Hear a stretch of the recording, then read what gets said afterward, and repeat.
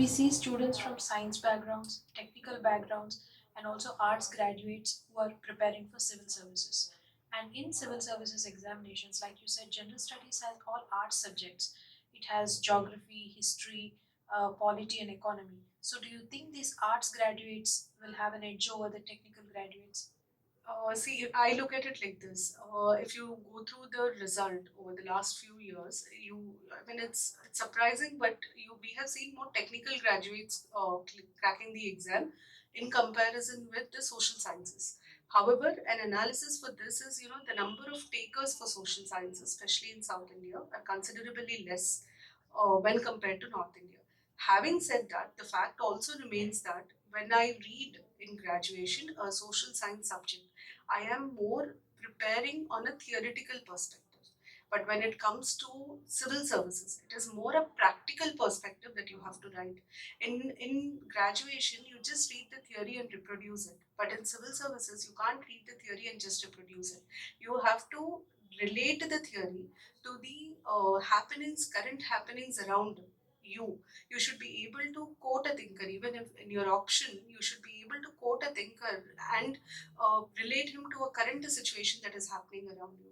For this, you need application of knowledge. And this application, I find it easier in a person who does not come with this subjective background because he's like a white paper. If you ask me about a BTech student, I'll say he's like a white paper. I can just help him to prepare for the exam, what is required for the exam. He just prepares from that perspective. He goes, writes his exam, he clears, and he moves So off he'll be programmed to read the subject to in the exam exam. perspective. Exactly. But what happens with a BA student or somebody is they come with a dosage. If you are able to mold that knowledge to the exam requirements, then nothing like it, it becomes very easy for you because you have a background and you've studied that.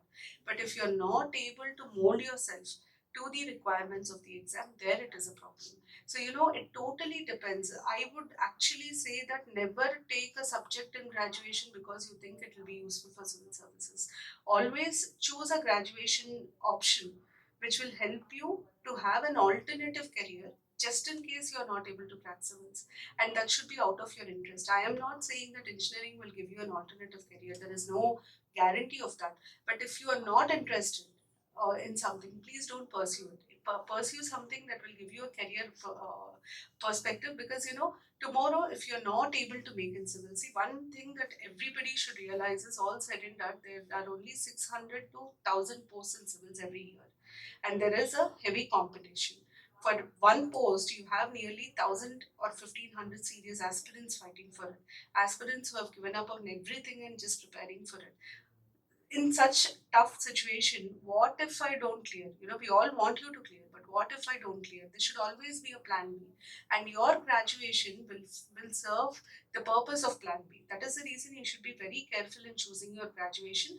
Not You should not think about its utility to civils. You should rather think about its utility as an alternative, or as a cushion to fall back on in case you don't crack civil services.